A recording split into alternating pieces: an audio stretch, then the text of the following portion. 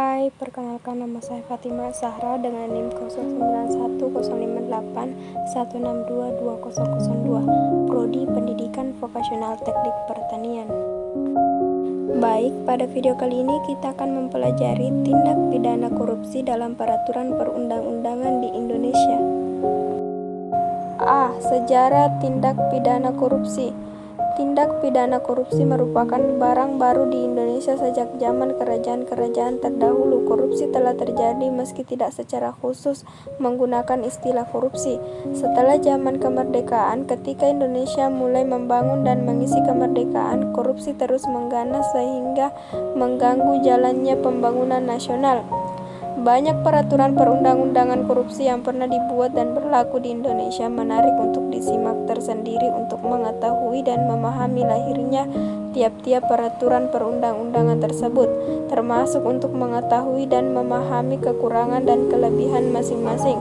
1. Delik korupsi dalam KUHP.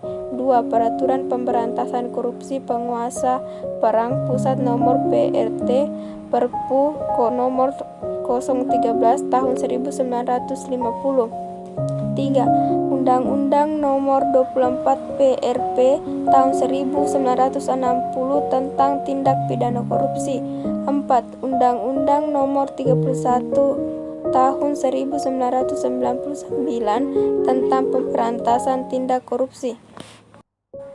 B. Latar belakang lahirnya delik korupsi dalam perundang-undangan korupsi.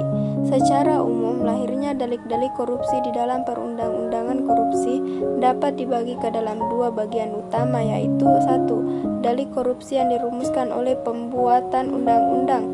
2. Delik korupsi yang diambil dari KUHP.